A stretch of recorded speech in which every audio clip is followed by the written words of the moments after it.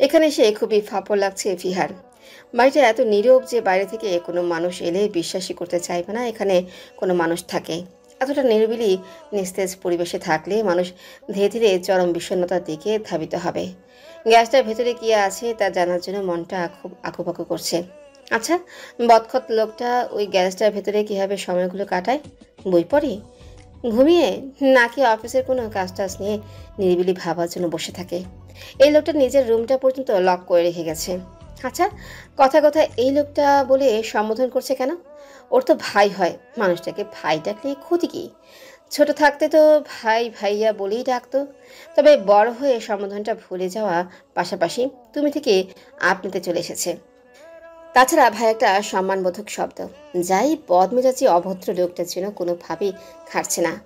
তাকে সে সম্বোধন ছাড়াই বদখাত, বেয়াদব, খ্যাকশিয়াল, যত প্রকার ভয়ঙ্কর ভয়ঙ্কর সম্বোধন আছে তা দ্বারাই অভিহিত করবে। হঠাৎ দাপুটে দুটো হর্ন বাজে গুমগুম শব্দে রোলস রয়েস গাড়িটা প্রবেশ করল। কালো কালিনান মডেলের গাড়িটা যেন অদ্ভুত দাম্ভিকতা জাহির করছে। প্রকাশ পাচ্ছে এর আভিজাত্যে ঘেরা শৌখিনতার পরিচয়। এই লোকটার রুচি ও শখ অন্য সবার থেকে পুরোপুরি ব্যতিক্রমেই বলা চলে। নাহলে কেউ নিজের রুম ও গ্যারেজ শুধু শুধু লক করে? ড্রাইভিং সিটের দরজাটা খুলে বাইরে পা রাখলো। ধরাম করে দরজাটা বন্ধ করতেই দূর থেকে ফিহা কপাল কুঁচকে ফেলে। কি আশ্চর্য, হাতে ব্যান্ডেজ কেন? কপালটা আরও কুঁচকে দেখলো ঠিক ডান হাতে ব্যান্ডেজটা করা। টান টান স্লিভের নিচে বলপূর্ণ হাতটা লাল টকটকে হয়ে আছে। ওই হাতটা একদমই নাড়াচ্ছে না সে। সকালে যে হাতটা ঠিকঠাকই ছিল, এখন ওই হাতটার এই অবস্থা কেন? কি হয়েছে হাতে? রুমে ফিরতেই খুব কষ্টে শার্টের বাটনগুলো খুলে ফেলল সাইদ। প্রচণ্ড ব্যথায় ডান পাশটা টনটন করছে তার। বাঁ হাত থেকে শার্টটা খুলতে আস্তে আস্তে ওটা ডান হাত দিয়ে নামিয়ে নিল। স্লিভের কাছে ছোপ ছোপ রক্ত দেখে সেটা বাথরুমে যেয়ে রেখে আসলো। কোমরের বেলটা বা হাতে টান দিয়ে খুলতেই বিছানায় বসল সে। কাটা হাতের দিকে তাকিয়ে উদাসীন চোখে নীরব হয়ে গেছে। একটা পুরনো দিনের স্মৃতি মানুষ পরে জলজল করে ভেসে উঠল। সেদিন মাকে খুব আবদার করে বলেছিল, মা তুমি খাইয়ে দাও। সেদিন মায়ের মেজাজটা কোনো কারণে প্রচণ্ড খারাপ ছিল। বাবার সাথে কথা কাটাকাটির পর খুব রুক্ষ মেজাজে টিভি দেখছিল। সাইদের কথা শুনতেই যখন ওর দিকে ক্রুদ্ধভাবে তাকায়, ভেতরে সমস্ত জ্বালা যেন ওর উপর দিয়ে ঝেড়ে দেয় সে। প্রচণ্ড ধমকে সুরে চেঁচিয়ে ওঠে, সামনে থেকে যা, চলে যা বলছি। আমাকে একদম বিরক্ত করবি না। তোর বাপের সংসারে এসে আমার কপাল পড়লো। তোদের পিছনে কামলার মতো শুধু খেটেই গেলাম, কোনো লাভ হলো না। নিজের হাতে টুকে টুকে সংসারটা সাজালাম, আর এখন তোর চাচারা ভাগ বসাতে এসেছে। এতদিন কোনো খোঁজ খবর ছিল না, বেঁচে আছি না মরে গেছি সেই খবর নিতে পারেনি। যেই শুনেছে সম্পত্তির পুরো ভাগ বড় ছেলেকে লিখে দেবে, অমনি বুড়ো বাপের প্রতি ন্যাকা কান্না শুরু। শয়তানের দল, ধান্দাবাজ কোথাকার। আমিও দেখে ছাড়বো তোর চাচারা কিভাবে আমার সংসারে আগুন লাগায়। এক একটাকে ধরে ধরে শাস্তি দেব। মায়ের রণমূর্তি দেখে সেদিন ভাতই খায়নি সাইদ। খেলতে গিয়ে ডান হাতের বৃদ্ধাঙ্গুলটা কেটে গিয়েছিল, যার জন্য মায়ের কাছে খাইয়ে দেওয়ার আবদার করে সে। কিন্তু মা যে তখন সাংসারিক ঝামেলায় ব্যস্ত হয়ে অতগুলো কঠিন কথা শুনিয়ে দেয়, সেগুলো ছোট্ট সাইদ মানতে পারেনি। ওই ঘটনার পর থেকে আর কোনোদিনও মায়ের কাছে খাইয়ে দেওয়ার আবদার করেনি। কখনো নিষ্পাপ সুরে বলেনি, মা খাইয়ে দাও। আজ ব্যান্ডেজে মোড়া হাতটা দেখে বিভৎস স্মৃতিগুলো খুব বাজেভাবে তাড়া করল। এভাবেই তো জীবনটাকে রাগী মেজাজি গম্ভীর পুরুষ বানিয়ে দিল। সেদিকে আশেপাশের মানুষগুলো বুঝবে। হঠাৎ রুমের দরজা ঠেলে প্রবেশ করলেন সুফিয়া। কাছে এসে হাসি মুখে বললেন, আহো নিচে আহো। সকালে যে কামটা করছো এখনো তোমার উপর খেপা আছে। রাগ একটু কমে নাই। সামনে গিয়া আর চেতাইও না। রাগলে এখন তুস তুস কইরা কথা শোনাইব। খুব সাবধানে হাতটা আড়াল করলো সাইদ। বিছানায় যে শুকনো টাওয়ালটা ছিল সেটা দিয়ে হাতটা এমনভাবে ঢেকে নিলেও যেন সুফিয়ার চোখে না পড়ে। সে হালকা মেজাজে মিথ্যে করে বলল, নিচে যাব না খালা, আপনি যান, আমি বাইরে থেকে খেয়ে এসেছি। সুফিয়া অবাক হন। বিশ্বসূচকে বলেন, কি কও এগুলা? তুমি বাইরের খাবার খাইছো? তোমার তো তোমার তো কথা আমার বিশ্বাস হইতেছে না। তুমি না বাইরের খাবার খাইলে তোমার শরীর খারাপ করে, বমি হয়? আচ্ছা ঠিক আছে, খাওন লাগবো না। তুমি নিচে আহো। টুকটাক কথা কইলে সহজ হইতে পারবা। কালকা মাইয়াডারে যেভাবে কথা শোনাইছো, কাজটা একদমই ঠিক করো নাই। ওর কি দোষ আছিল কম? ওর কি দোষ আছিল কম তো দেখি? বোধহয় ওরে বকছো কেন? লোড থেকে দৃষ্টি তুলে কড়া চোখে তাকালো। মুখের ভাবমূর্তি হিংস্র তেজের মতো পরিবর্তন করে বলল, আমার মাথাটা কন্ট্রোলে নেই খালা। এই মুহূর্তে কোনো প্রকার কথা বলতে চাচ্ছি না, আমাকে একা ছাড়ুন। টাওয়াল দিয়ে উন্মুক্ত দেহের ডান পাশটা ঢেকে নিয়েছে সে। সাইদ কোনোভাবেই চাচ্ছে না সুফিয়া হাতের ব্যাপারটা দেখে ছোটোখাটো হল্লা করুক। ওর অবস্থা দেখলে ভদ্রমহিলা একদমই স্থির থাকবে না, উল্টো বিপিটা বাড়বে। সুফিয়া মনটা খারাপ করে বাইরে চলে গেলেন। বাথরুমে ঢুকে ক্লথ হ্যাঙ্গারে টাওয়ালটা ঝুলিয়ে আস্তে আস্তে ব্যান্ডেজটা খুলে ফেললেও সাইদ অসহ্যকর ব্যথায় ভেতরটা কুড়ে কুড়ে ছিঁড়ে যাচ্ছে। অথচ বাইরে থেকে তার সুশ্রী মুখটা দেখলেই কেউ ন্যূনতম অবস্থাও আন্দাজ করতে পারবে না। অবশেষে ব্যান্ডেজটা উন্মুক্ত করে হাতের তালুতে গভীর ক্ষতটা ফুটে উঠল। 3 ইঞ্চির মতো ভেবে কেটেছে তালুটা। হালকা চা দিলে এখনই বুঝি তরতাজা রক্ত বেরোবে। হাতে কি এখন স্টিচ করাবে? সকাল সকাল উঠেই ফিহাদ থম মেরে আছে। আজ নাকি প্রাইভেট টিউটর এখানে এসে পড়াবে। নিয়াজ মেয়ের পড়াশোনার দেখভাল করতে গিয়ে আফসানার ইচ্ছায় কাজটা করেছেন। ফিহা নিজেও বুঝতে পারছে না স্যার কীভাবে এখানে আসার জন্য রাজি হলো। যদিও স্যার ঢাকা থেকে জার্নি করে নারায়ণগঞ্জ মুখ হয়, তবু ব্যাপারটা স্বাভাবিক কিছু লাগছে না।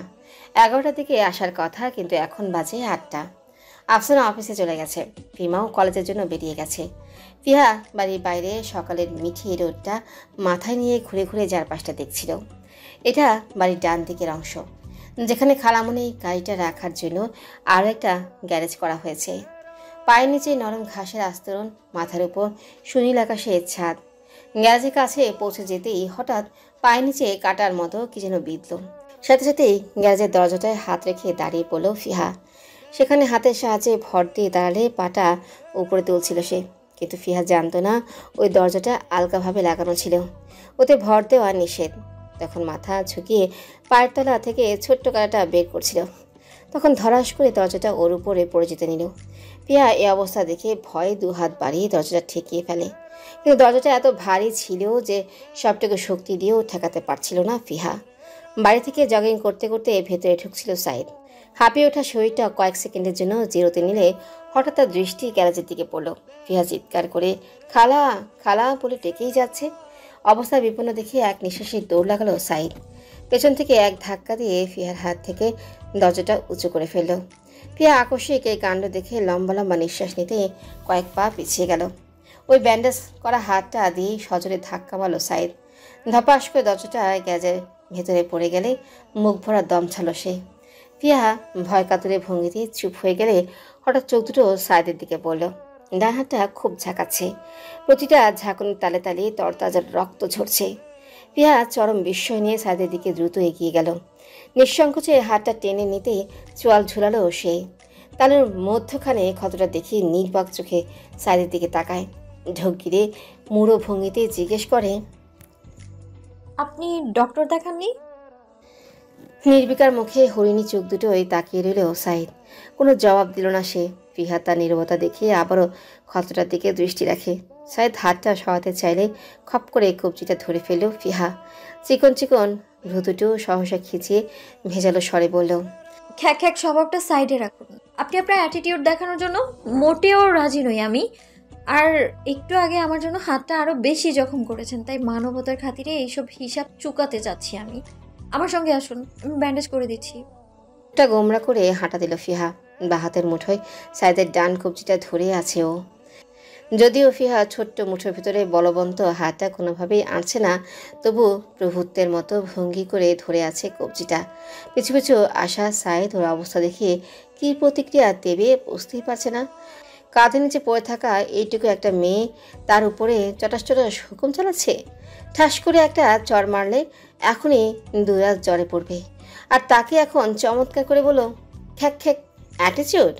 আচ্ছা, এই খ্যাক খ্যাক কথাটা মানে কি বোঝালো এটা দিয়ে? ফিহা তাকে বিছানায় এনে বসালো। আলমারি খুলে ছোট্ট প্লাস্টিকের বক্সটা এনে মুখোমুখি হয়ে বসলো। হাতটা নিজের কোলে টেনে তুলো দিয়ে জায়গাটা পরিষ্কার করতেই একবার মুখ তুলে তার চেহারাটা দেখার জন্য তাকায়। কিন্তু আফসোস, এই লোকের মুখে কোনো যন্ত্রণার ছাপ নেই। এই প্রথম কোনো মেয়ের স্পর্শ অনুভব করছে সাইদ। যতবার তুলো দিয়ে ক্ষতর মুখে বুলিয়ে যাচ্ছে, চিনচিনি ব্যথাটা খুব গাঢ় করে হচ্ছে। মুখের অভিব্যক্তি দেখে বুঝবার উপায় নেই কতটা ব্যথার মধ্যে ঝুঁকে আছে সে। আঙ্গুলের মাথায় মলম নিয়ে জায়গাটা সন্তর্পণে ছুঁয়ে দিল ফিহা। তাতে দাঁত কেচে এমনভাবে বুলাচ্ছে যেন নিজের আঘাতে মলম লাগাচ্ছেও। ফিহা নরমভাবে শুধালো। হাতটা কিভাবে কেটেছেন? প্রশ্নের গলাটা শুনে একটু ভাবনায় পড়ল সাইদ। জবাবটা কি দিবে? কিছুক্ষণ আপন মনে চিন্তা করে কিছুটা গম গম সুরে বলল। টিন ডুবেছিল। অপ্রত্যাশিত কায়দায় চোখ তুলে তাকালো ফিহা। মলম দেওয়ার হাতটা আচানক থামিয়ে হাসিহীন মুখটার পানে হতবাক চোখে তাকিয়ে রইল। সত্যি কি জবাবটা দিল? এই লোকটা কি সত্যিই মুখ খুলেছে? ফিয়ার ফ্যালফ্যাল চোখে চাহনি দেখে সাইদ নার্ভাস ফিল করছে। বুকের বাঁ দিকে দুম করে হার্টবিটটা বেড়ে গেছে তার। ওই চোখ, ওই মুখ, ওই ঠোঁট দুটোর মৃদু মৃদু কম্পন যেন খুব আকর্ষণ করছে। এই অবস্থা তো ফিহার বেলা হয়নি, না কোনোদিনই কারোর প্রতি হয়নি। ওর লাবণ্যময় গালটা আঙুলে আঙুলে ছুঁয়ে দিলে চোখ দুটো বন্ধ করবে না। না, এভাবে থাকা যাচ্ছে না, এখনই উঠতে হবে, এক্ষুনি ওঠা দরকার। ভাবতে ভাবতে হাতটা সরিয়ে দাঁড়িয়ে পড়ল সাইদ। কোনো দিকে না তাকিয়ে এই রুম থেকে বেরিয়ে যাচ্ছিল সে। হঠাৎ কি যেন ভেবে দরজার কাছে আবারও দাঁড়িয়ে পড়ে। মাথাটা পিছু ঘুরিয়ে কাটা হাতটা ইঙ্গিত করে বলে, থ্যাঙ্কস ফর দ্য হিউম্যানিটি। মানবতা যদি আরেকটু বেঁচে থাকে দেন আমাকে খাইয়ে দিতে পারিস, আমি নাস্তা করিনি। স্তব্ধ চোখে তাকিয়ে আছে ফিহা। মাথাটা একেবারেই কাজ করছে না। খাইয়ে দেওয়ার কথা শুনে কতক্ষণ বোবার মতো বসেছিল। রক্তমাখা তুলোটা বিনে ফেলে হাত ধুয়ে বেরোলো। হাতটা যেহেতু রাতে কেটেছে তাহলে উনি রাতেও খাননি। কাল রাত থেকে না খাওয়া মানুষটা এত শান্তভাবে চলাফেরা করছে তা দেখে বুঝে ওঠা সম্ভব না। ক্ষুধা পেট নিয়ে ভোরের জগিংটা পর্যন্ত করে এসেছে, অথচ কাউকে কিছু বুঝতে দেননি। রান্নাঘরে ঢুকে একটা প্লেটে নিয়ে দুটো পরোটা একটু ভাজি নিয়ে বেরিয়ে পড়লো ফিহা। ড্রয়িং রুমের সোফায় বসে টিভি দেখছিল সাইদ। ফিহা তার সামনে দাঁড়ালে পা দুটো টি টেবিল থেকে নামিয়ে ফেলল সে। ফিহা মুখোমুখি বসার জন্য কাঠের টি টেবিলটার প্লেট নিয়ে বসে। পরোটার ছোট্ট টুকরো নিয়ে তার ঠোঁটের কাছে ধরতেই হঠাৎ কলিং বেলটা বেজে উঠল। সাইদ খাবারটা নেওয়ার জন্য সবের ঠোঁট ফাঁকা করেছিল, কিন্তু ফিহার দৃষ্টি তখন দরজার দিকে থাকায় হাতটার নিচে নেমে গেছে। সাইদ আর খেতে পারেনি। সোফিয়া দরজাটা খুলে প্রশ্ন শুরু করলে ফিহা সদ্য আগন্তুকের দিকে প্রশ্নত দৃষ্টিতে দাঁড়িয়ে পড়ল। স্যার এখন এসেছে কেন? ওনার না 11টায় আসার কথা? ফিহা প্লেটটা ওখানেই রেখে সুফিয়ার পাশে গিয়ে জিজ্ঞাসা চোখে চাইল। সালাম দিয়ে কিছু বলার পূর্বে আগন্তুক ব্যক্তি হাসি হাসি মুখ করে বললেন, কি অবস্থা ফিহা? খালামণির বাসায় কেমন আছো? ফিহা অপ্রস্তুত ঠোঁটে হাসি তাকালো। কণ্ঠস্বর নম্র করে বলল, ভালো আছি স্যার, আপনি কেমন আছেন? বাবা তো বলেছিল আপনি 11টার দিকে আসবেন, কিন্তু আপনি যে 9:15টার দিকে চলে আসলেন। আমার 12টার দিকে একটু কাজ আছে ফিহা, তাই চাচ্ছি তোমার পড়াটা আগে ভাগে পড়িয়ে দিতে। তোমার কি এখন অসুবিধা হবে? ফিহা নিঃসংকোচে জানালো। না স্যার, আসুন, আপনি ভেতরে বসুন। 5 ফুট 8 ইঞ্চির ব্যক্তিটা ভেতরে ঢুকতে ঢুকতে এই রহস্যময় হাসি দিয়ে বসলো। এই হাসিটার অর্থ বুঝতে পারল না সোফিয়া। তার কাছে ছেলেটার কথার ধরন, চোখের চাহনি, মুখের চাপা হাসিটা সুবোধ বালকের মতো ঠেকল না। আকাশি রঙের শার্ট পরনে সঙ্গে পড়েছে জিন্স। নাম ইফতেখার ইয়াসিন। ফিহার বাবা নিয়াজউদ্দিন কোনো এক আত্মীয়ের মাধ্যমে সুপারিশ পেয়ে তাকে ফিমার জন্য রেখেছিল। পরবর্তীতে পড়ানোর ধাঁচে মুগ্ধ হয়ে তিনি ফিহার জন্য বহাল করেন। সেই থেকে ইয়াসিন মাহমুদ ওদের দু বোনের সাথে সহজ স্বাভাবিক ব্যবহার করে আসছেন। ইয়াসিনকে ডাইনিং টেবিলে বসতে বলে ফিহা এক দৌড়ে দোতলায় উঠে রুমের থেকে ছুটে যায়। দূর থেকে এইটুকু দৃশ্য দেখে সাইদ কিছুই বলল না, চুপ করে সেখান থেকে উঠে বাইরে গেল সে। চটপট করে বইগুলো নিতেই হঠাৎ ফিহা কিছু মনে পড়ার ভঙ্গিতে নেমে যায়। ও যে একটু আগেই কাউকে খাইয়ে দিতে গিয়েছিল, সেটা তো সম্ভব হয়নি। ওই লোক কি নিজের হাতে খেতে পারবে? কাজটা ভালো হলো না। মানুষটার প্রতি যতই রাগ উঠুক, আছে না থাকলেই ফিহা এখন হাত পা ভেঙে হাসপাতালে শুয়ে থাকতো। বইগুলো নিয়ে বিভিন্ন মুখে নেমে এলো ফিহা। স্যারের সামনে বসতেই মাথাটা ডানে ঘুরিয়ে শূন্য ড্রয়িং রুমটার দিকে তাকালো। সোফাটা খালি, প্লেটটাও ভাবেই পড়ে আছে। মানুষটা খায়নি। শীতাতপ নিয়ন্ত্রিত কেবিনে বসে আছেন আফসানা। কাচের টেবিলের উপরে ল্যাপটপ রেখে ডিলারদের গুরুত্বপূর্ণ রিপোর্টগুলোও রেখেছেন তিনি। এমন সময় ডান পাশ থেকে বিপ বিপ শব্দে ফোনটা কাঁপতে লাগলো। কলটা রিসিভ করে রকিং ছেড়ে পিঠ থেকে সম্ভ্রান্ত সুরে বললেন, হ্যাঁ সুফিয়া বলো। সোফিয়া চুলার তরকারিটা নেড়েচেড়ে দিতেই ব্যস্ত স্বরে বললেন, এদের হাত কেটে গেছে আপা, কাল রাত থেকে এখনো কিচ্ছু মুখে দেয় নাই। সকালে দেখলাম ফিহা ওর লেগা নাস্তা লইয়া গেছে। পরে ওর টিচার